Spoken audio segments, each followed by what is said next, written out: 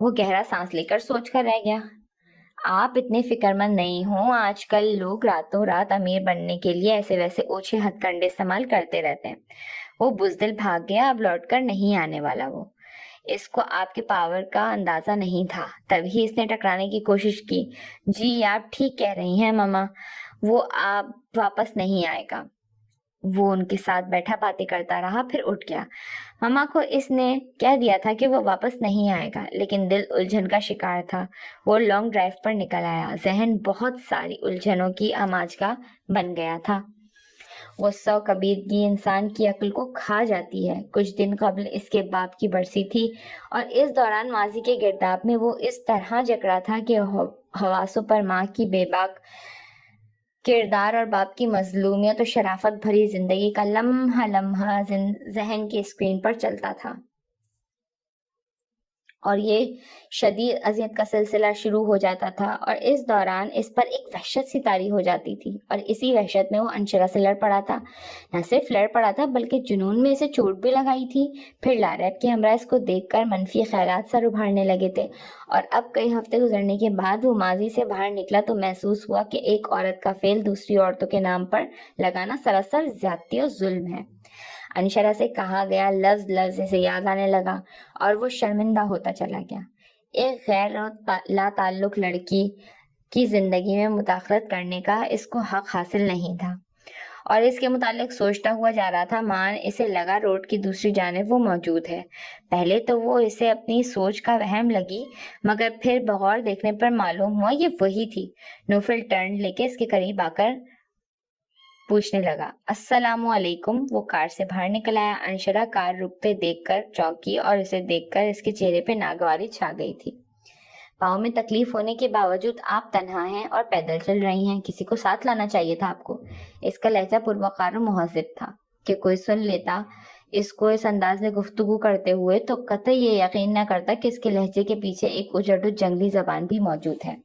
Excuse me, میں آپ سے مخاطب ہوں، ہواؤں سے بات نہیں کر رہا۔ وہ اس کو مسلسل خاموش دیکھ کر اس کا رستہ روک کر گویا ہوا۔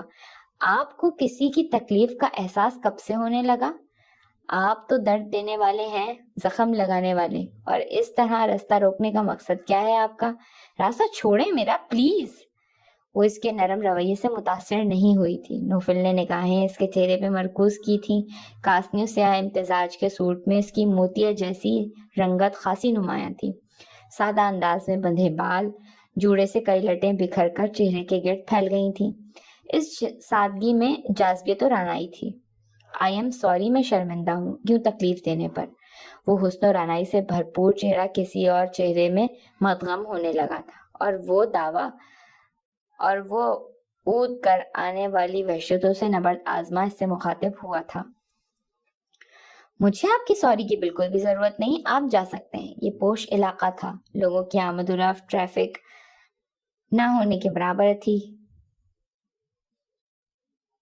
اوکے، جیسے آپ کی مرضی، آئے میں آپ کو ڈراپ کر دیتا ہوں۔ اس نے گلاسز لگاتے ہوئے درخواست کی۔ نہیں چاہیے آپ کی مہربانی، ابھی کیب مل جائے گی یہاں پر۔ کیب نہیں ملے گی، اس ایریا میں کیب بہت کم ہوتی ہے۔ آپ کے پاؤں میں درد ہو رہا ہے اور نہ زیادہ دور چل سکتی ہیں نہ کھڑی رہ سکتی ہیں۔ آپ ضد ختم کریں، چلیں میرے ساتھ۔ انشرا نے غصے سے اس کی طرف دیکھا۔ لائٹ بلیو جینز اور ملٹی لائنز شرٹ میں اس کا وجیح سراپا نمایاں تھا۔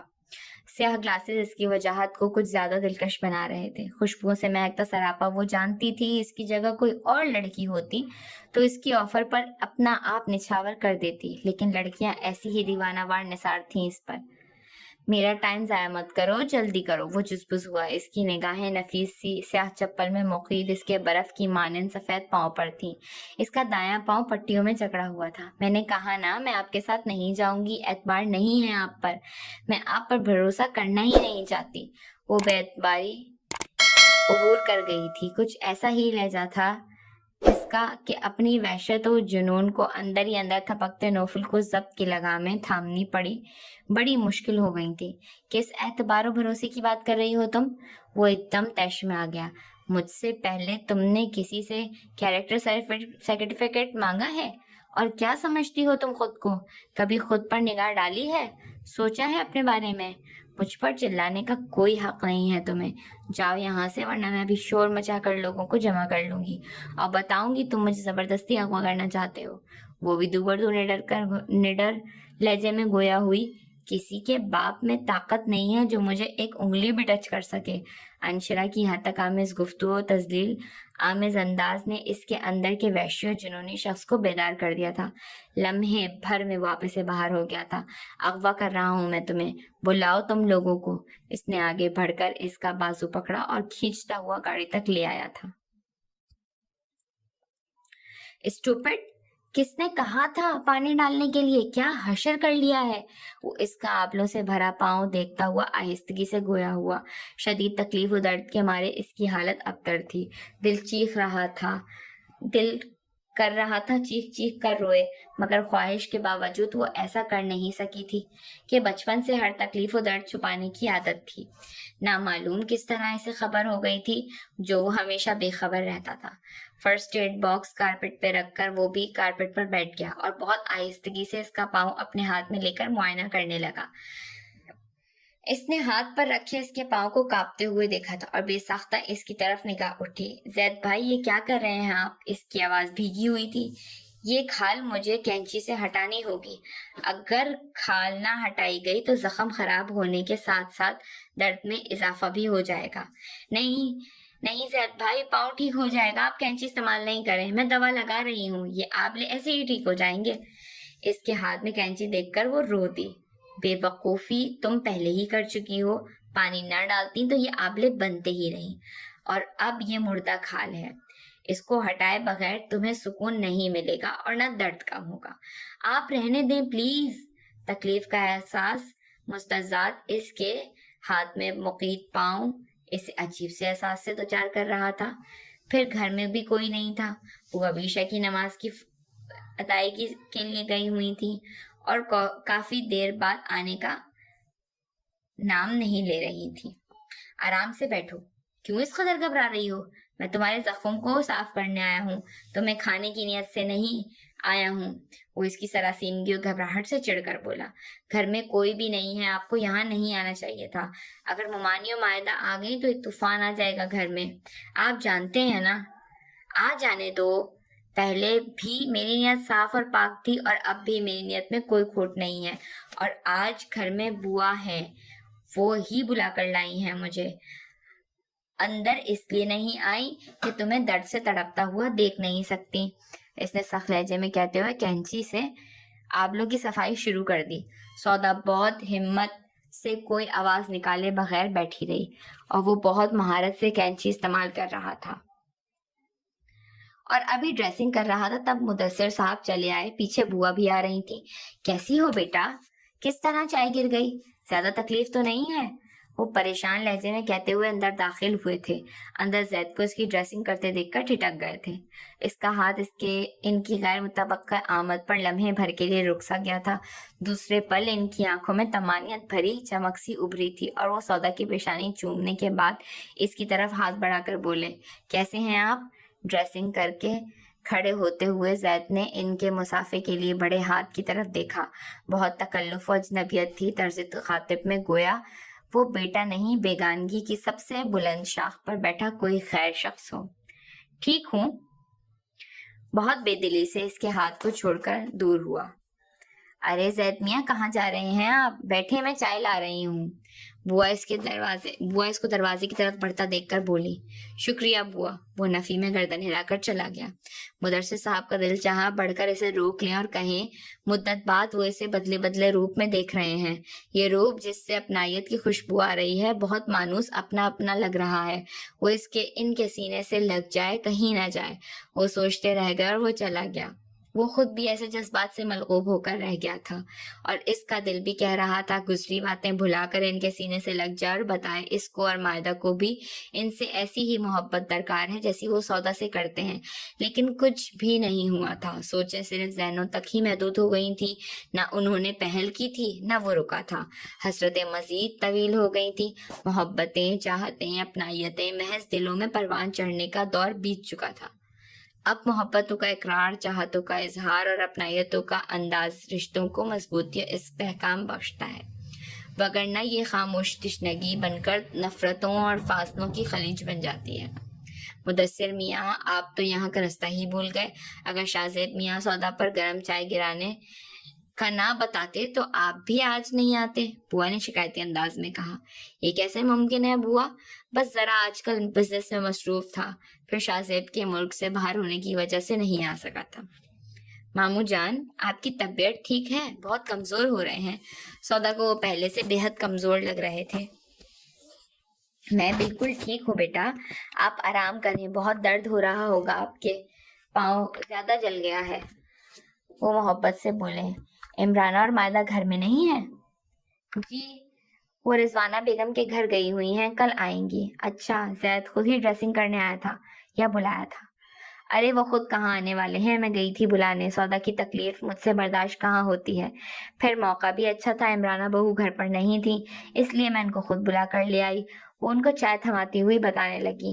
ہاں، وہ عورت نما فتنہ ہے، اس سے جتنا دور رہا جائے بہتر ہے۔ صالحہ کیسی ہیں؟ وہ موقع دیکھتے ہی پوچھ بیٹھی۔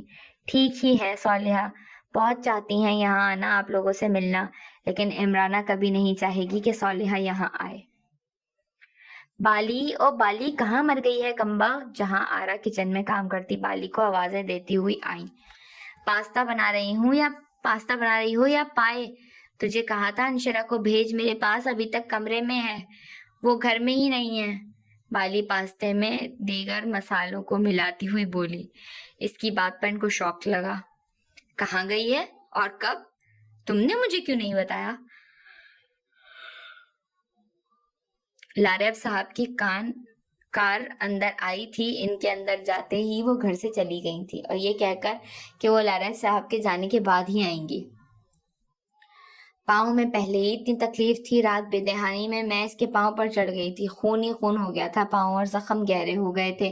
میں نے تکلیف کی وجہ سے یونیورسٹی بھی نہیں جانے دیا تھا، اور اب وہ لاریب کو دیکھ کر ایسے گھر سے گئی ہے جیسے وہ کوئی ڈریکولا ہو۔ ماسی، لاریب صاحب روز روز گھر کیوں آ جاتے ہیں؟ بس ذات، یہ اب تو فیصلہ کرے گی کہ کون گھر میں آئے گا۔ اوقات میں رہ اپنی، تجھے یہ فیصلہ کرنے کا کوئی حق نہیں ہے۔ مجھے اپنی اوقات یاد رہتی ہے، لیکن انشرا آپ کی انہی باتوں سے آپ سے دور ہوتی جا رہی ہے، اس کا خیال کریں آپ ماسی۔ پاستا تیار کرنے کے بعد وہ کباب فرائی کرنے لگی۔ کال کرتی ہوں اسے بھی، وہ موبائل گھر پر ہی چھوڑ کر گئی ہیں تاکہ آپ اس کو تنگ نہ کر سکیں۔ میں نے کہا بھی تھا لے جاؤ، لیکن وہ لے کر نہیں گئی، وہ اس کو گھورتی ہوئی وہاں سے چلی گئی۔ لاریب بڑی بےتابی سے دروازے کی جانب دیکھ رہا تھا، اس کی نگاہیں انشرا کے دید کی پیاس سے ترس رہی تھیں۔ اس کی خاطر وہ اپنی بیرونی سرگرمیاں ترک کیے ہوئے تھا، جہاں آرا پر دولت لٹا رہا تھا کہ جانتا تھا اس شاطر و لالچی بڑھیا کو رام کر کے انشرا کو ہی پایا جا سکتا ہے۔ انشرا وہ گولڈ فش تھی جو ہاتھ لگانے سے پہلے ہی پھسل جاتی تھی۔ آپ انشرا کو بلانے گئی تھی آنٹی، کہاں ہے وہ ان کو تنہا آتے دیکھ کر سخت بسمدہ ہوا تھا۔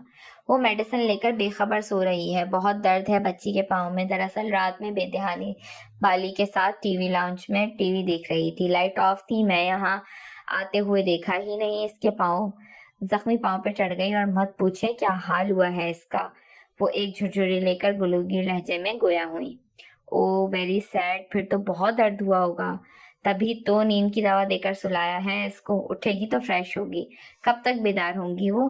میرا مطلب ہے میرے بہت اعلیٰ و بہترین ڈاکٹر سے تعلقات ہیں، میں ان کو وہاں دکھا دیتا، شاید صبح ہی اٹھے گی وہ، اور اگر جلد اٹھ بھی گئی تو کسی ڈاکٹر کے یہاں جانے کے لیے تیار نہیں ہوگی۔ میں بھی ڈاکٹر سے ہی بینڈیج کروا رہی ہوں، وہ خشک ہونٹوں پر زبان پھیرتی ہوئی بولی۔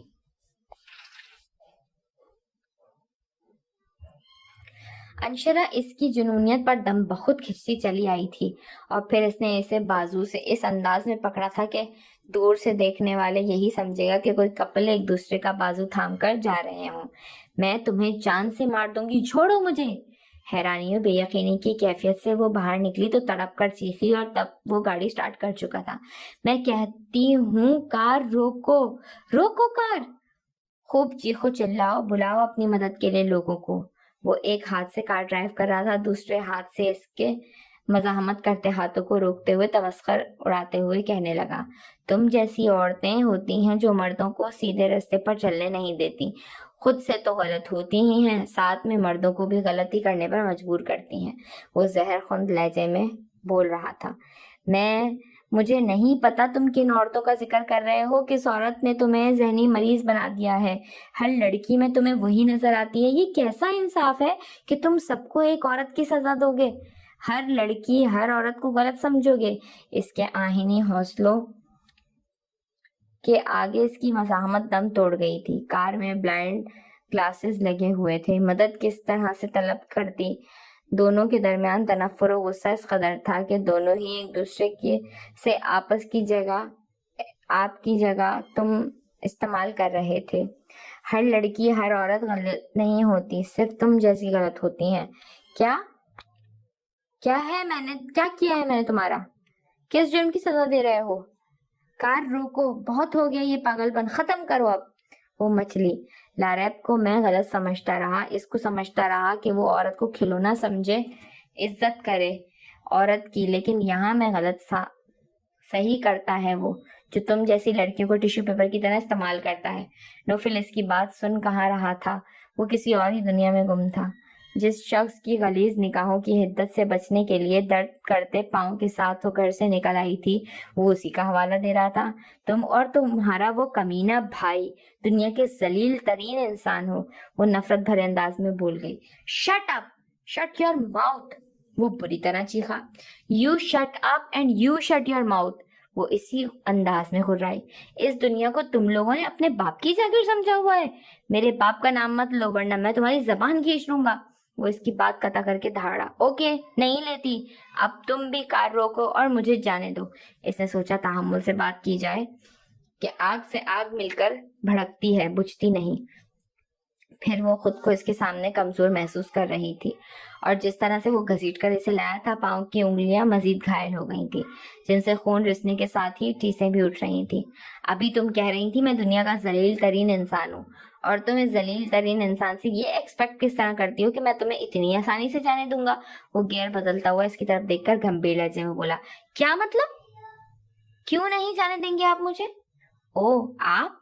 یہ اچانک اتنی عزت کے لائق کیسے ہو گیا میں؟ وہ بڑی کاٹدار مسکراہٹ لبوں پر نمودار کیے ہوئے تھا۔ دنیا کا ذلیل ترین انسان بھلا اس قابل کہاں ہوتا ہے کہ اس سے آپ جناب سے گفتگو کی جائے؟ مجھے تم سنسار کرو پلیز، جو ہوا میں اس پر شرمندہ ہوں، معذرت کرتی ہوں، مجھے جانے دیں، میرے گھر والے پریشان ہو رہے ہوں گے، وقت بہت گزر گیا ہے۔ اور اسے کچھ معلوم نہ تھا کہ کار کس رستے پر لے جا رہا تھا۔ البتہ راستہ سنسان و ویران تھا، اس کے وجہ چہرے پہ عجیب وحشت و درندگی چھائی ہوئی تھی، اور وہ مارے دہشت کے اس سے چھٹکارا پانا چاہ رہی تھی۔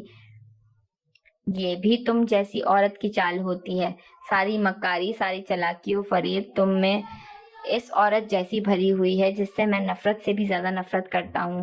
وہ اس وقت میرے ہاتھوں سے بچ گئی تھی کہ میں اس وقت اس قابل نہیں تھا، لیکن تم میرے ہاتھوں سے نہیں بچو گی۔ اس کے لہجے نے اس کی رگوں پہ میں سنسنی سی دوڑا دی تھی۔ خوف کی شدید لہر اس کے اندر دوڑتی چلی گئی تھی۔ اس کے وجہ چہرے پر نرمی و ملائمت کا شائبہ تک نہیں تھا۔ محسوس ہی نہیں ہو رہا تھا کہ یہ وہی نوفل ہے جس کے چہرے پہ نرمی اور انداز میں شائستگی رہتی تھی۔ بے شک وہ صنف مخالف سے بات کرنا اپنی توہین سمجھتا تھا، مگر عاکفہ وغیرہ سے بات کرتے ہوئے اس کے لہجے میں ایسی درندگی اور چہرے پر وحشت نہ ہوتی تھی۔ پلیز اسٹاپ دا کار۔ پہلی بار اس کا خوف و بے بسی سے واسطہ پڑا تھا۔ خاموش بیٹھی رہو۔ کار کی سپیڈ مزید بڑھ گئی۔ کہاں لے جا رہے ہیں؟ دنیا کے اس پار۔ میری مرضی و اجازت کے بنا تم مجھے کہیں نہیں لے جا سکتے، سمجھے تم؟ وہ بپری ہوئی اس کے ہاتھوں پر جھپٹی، اور وہ جو اس سے اس قدر جرأت کی توقع نہیں کر رہا تھا، سنبھالتے سنبھالتے بھی اسٹیئرنگ کے ہاتھوں سے بے قابو ہو گیا تھا، اور کار بے قابو ہو کر ایک ٹیلے سے جا ٹکرائی تھی۔ بھائی جان اتنے دنوں بعد آئے اور اتنی جلدی چلے بھی گئے، تھوڑا ہمارے آنے کا انتظار ہی کر لیتے، میرا تو بہت دل چاہ رہا تھا ان سے ملنے کا۔ وہ لوگ گھر آئے تو معلوم ہوا مدثر صاحب آئے تھے اور کچھ دیر سودا کے پاس بیٹھ کر چلے گئے۔ تب سے صوفیہ کا دل بھائی کی محبت میں تڑپ رہا تھا۔ شاہ زیب کے بتانے پر وہ اپنی لاڈلی کی عیادت کو آئے تھے۔ مدثر میاں کی طبیعت بہتر نہ لگ رہی تھی، بہت کمزور ہو گئے ہیں وہ۔ بوا بھی اپنا کام نمٹا کر ان کے درمیان بیٹھ گئی تھی۔ بوا آپ معلوم کرتی ہیں ان سے طبیعت کے بارے میں ایک عرصے سے وہ یہاں آ رہے ہیں، نہ کوئی رابطہ ہے۔ زمرد نے کہا، پوچھا تھا میں نے مگر ٹال گئے تھے۔ عمرانہ بھابی کی وجہ سے ہم صالحہ بھابی سے بھی نہیں مل سکتے، صالحہ سے مل کر ہم گھر میں نئے فساد کو دعوت دینے کی حماقت نہیں کر سکتے۔ تم بتاؤ تمہارا کیا ارادہ ہے؟ اچھی بیگم بضد ہے، سودا کو بہو بنانے پر کسی طور نہیں ٹل رہی ہیں۔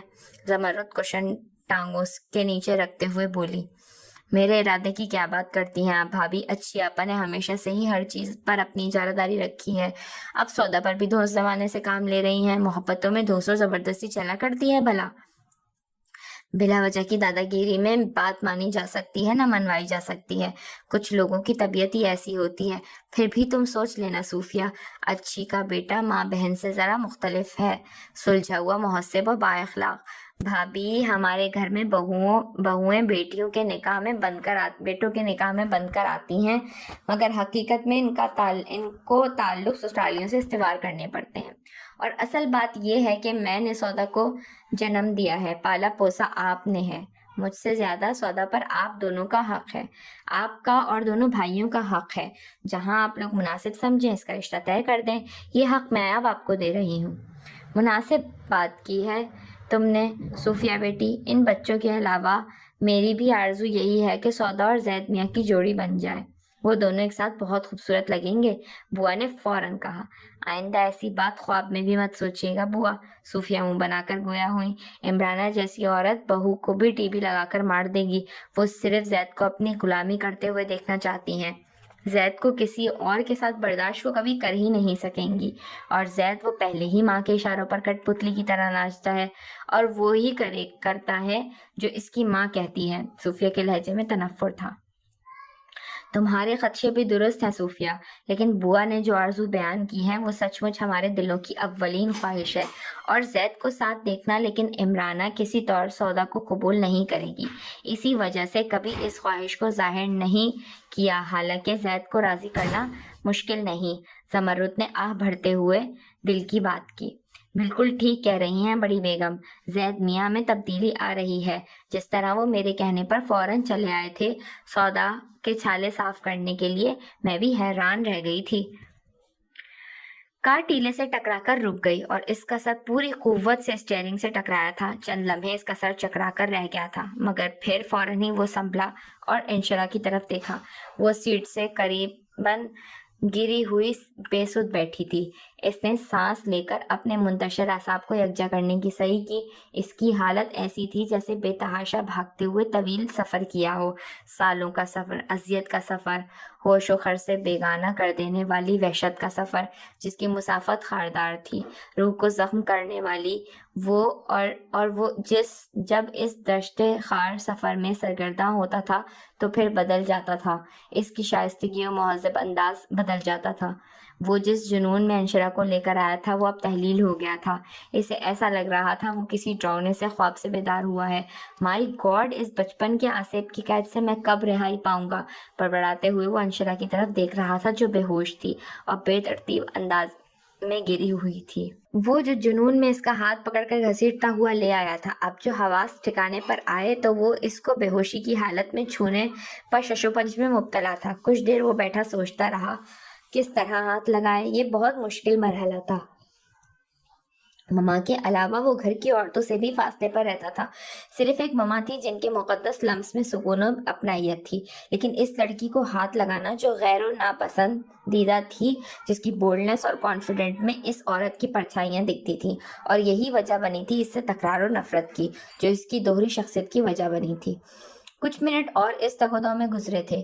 آس پاس کوئی نہیں تھا، چھوٹے بڑے ٹیلوں اور خودور جھاڑیوں اور پیڑوں سے یہ کچا پکا علاقہ بھرا پڑا تھا۔ آبادی کا دور دور تک نشان نہ تھا، کوئی مدد کے لیے دستیاب نہ تھا۔ ناچار یہ ناپسندیدہ کام اسے ہی کرنا تھا۔ اس نے جھجکتے ہوئے بے حد آہستگی سے اس کے پاؤں پکڑتے ہوئے اسے سیدھا کیا تھا۔ اس کا چہرہ بازو پر آ کر ٹک گیا تھا۔ اسے بے حد عجیب سا فیل ہوا۔ وہ بدتمیز و مغرور لڑکی اس کے اتنے قریب تھی کہ اس کی سانسیں اس کے چہرے کو چھو رہی تھیں۔ بڑی بے بس و بے خبر حالت میں تھی، لمبی زبان و مشعل کی طرح روشن آنکھیں بند تھیں. وہ اس کو دیکھ رہا تھا. استہزائیہ مسکراہٹ اس کے لبوں پہ در آئی. بچ گئی ہو بچت ہو گئی تمہاری. نوفل اکرمہ ابھی ماضی کے جنون و کرب سے آزاد حال میں موجود ہے. اگر ماضی کی آگ میں جلتا ہوا نوفل ہوتا تو تم کو بھی خاک کر رکھ دیتا. وہ اسے دیکھتے ہوئے بڑبڑایا. وہ اس کو ابھی اپنے بازو سے علیحدہ کرنا ہی چاہتا تھا. ماں نے اس نے اپنی آنکھیں کھول دی تھی. وہ گویا شاکڈ ہو گئی تھی. چند لمحے سوئے ذہن کے ساتھ وہ اسے دیکھتی رہی. پھر جیسے ہی شعور بیدار ہوا اس کی سوئی آنکھوں میں پہلے تحیر پھر اشتعال پھیلتا ہوا نظر آیا. تم؟ اس نے ایک جھٹکے سے خود کو اس کے بازو سے علیحدہ کرتے ہوئے دور کیا اور وہ جو اس کے ہوش میں دیکھ کر بیٹھا کا بیٹھا رہ گیا تھا چونک کر دور ہوا. چہرے پر گہری سنجیدگی چھا گئی تھی. سوری، جو تم سمجھ رہی ہو ایسا کچھ نہیں تھا. وہ بکواس بند کرو. تمہیں جرت کیسے ہوئی مجھے ٹچ کرنے کی؟ وہ اس کی بات کاٹ کر غصے سے چیخی. تم بکواس بند کرو. مجھے کوئی شوق نہیں تم کو ٹچ کرنے کا.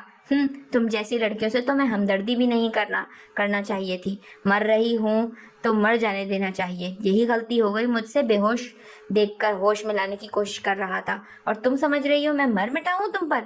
تمہیں چھونے کو بے قرار ہوں. مائی فٹ، اس نے پرتعش لہجے میں کہتے ہوئے کار اسٹارٹ کی. تم چیز کیا ہو؟ تمہاری پرچھائی سے بھی میں دور رہنا چاہتی ہوں. سب سے زیادہ ناپسند کرتا ہوں میں تم کو. وہ لفظوں کی گولہ باری کرتا ہوا کار ہواؤں کے دوش پر اڑا رہا تھا. اس کے چہرے پر اس وقت اس قدر اشتعال انگیزی و سختی تھی کہ محسوس ہو رہا تھا وہ کوئی انسان نہیں ہے، پتھر سے بنا ہوا کوئی مجسمہ ہے.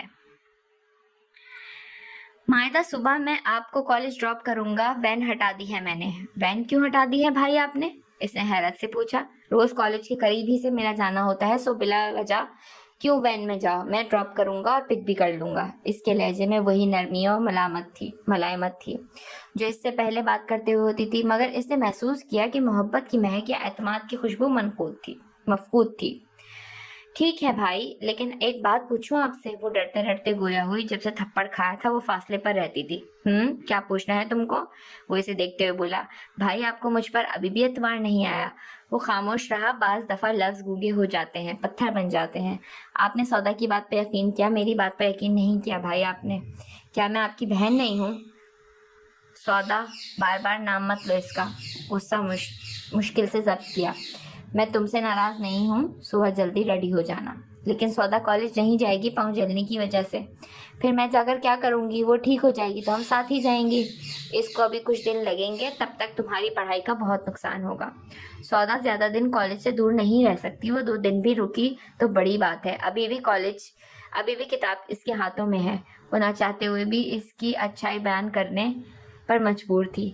لاسٹ سیمسٹر ہونے والے ہیں، دل لگا کر پڑھائی کرو. دیکھ رہا ہوں ایک عرصے سے پوزیشن بہت ویک چل رہی ہے تمہاری. وہ اس بات میں گردن ہلاتی چلی گئی تھی اور دل ہی دل میں ہنستے ہوئے سوچ رہی تھی کہ ایک ہی دل ہے، کہاں کہاں لگائے اور کس کس کے ساتھ. مائدہ بیٹی، زید میاں کے دوست جنید آئے ہیں. میں نے ان کو ڈرائنگ روم میں بٹھایا ہے. میں کچن میں جا رہی ہوں، آپ ان کو بتا دیں. بوا اس کو بتا کر عجلت میں چلی گئی تھیں. اس نے پلٹ کر زید کے کمرے کا دروازہ بند کر دیا. وہ ابھی آفس سے آیا تھا اور یقیناً شاور لے رہا ہوگا. اس کو یاد آیا 1.5-2 سال قبل اس نے سرسری طور پر جنید کو دیکھا تھا. تب ہی وہ خاصا ہینڈسم لگا تھا اور اس وقت اس کے جذبوں سے آشنائی نہ تھی. اور یہ سوچ کر خوش ہوئی تھی کہ اس کے بھائی کا دوست بھائی کی طرح ہی خوبصورت و پرکشش ہے. لیکن اب دل کی حالت ہی بدل گئی تھی، جو خوب سے خوبتر کی تلاش میں ہمکتا رہتا ہے. وہ دبے قدموں سے چلتی ہوئی آئی، پھر کھڑکی سے اندر جھانکا تھا. لائٹ کلر کے 3 پیس سوٹ میں وہ بیٹھا میگزین دیکھ رہا تھا. سفید رنگا، جاذب نظر، نقوش کشادہ پیشانی اور گھنی مونچھیں. وہ ایک دل موہ لینے والی پرسنالٹی کا مالک تھا. اس نے دیکھا اور دیکھتی ہی رہ گئی. وہ ایسا ہی تھا جس کو پانے کی تمنا زندگی کا حاصل لگا کرتی ہے، اور وہ سچ مچ اس پر دل ہار گئی تھی.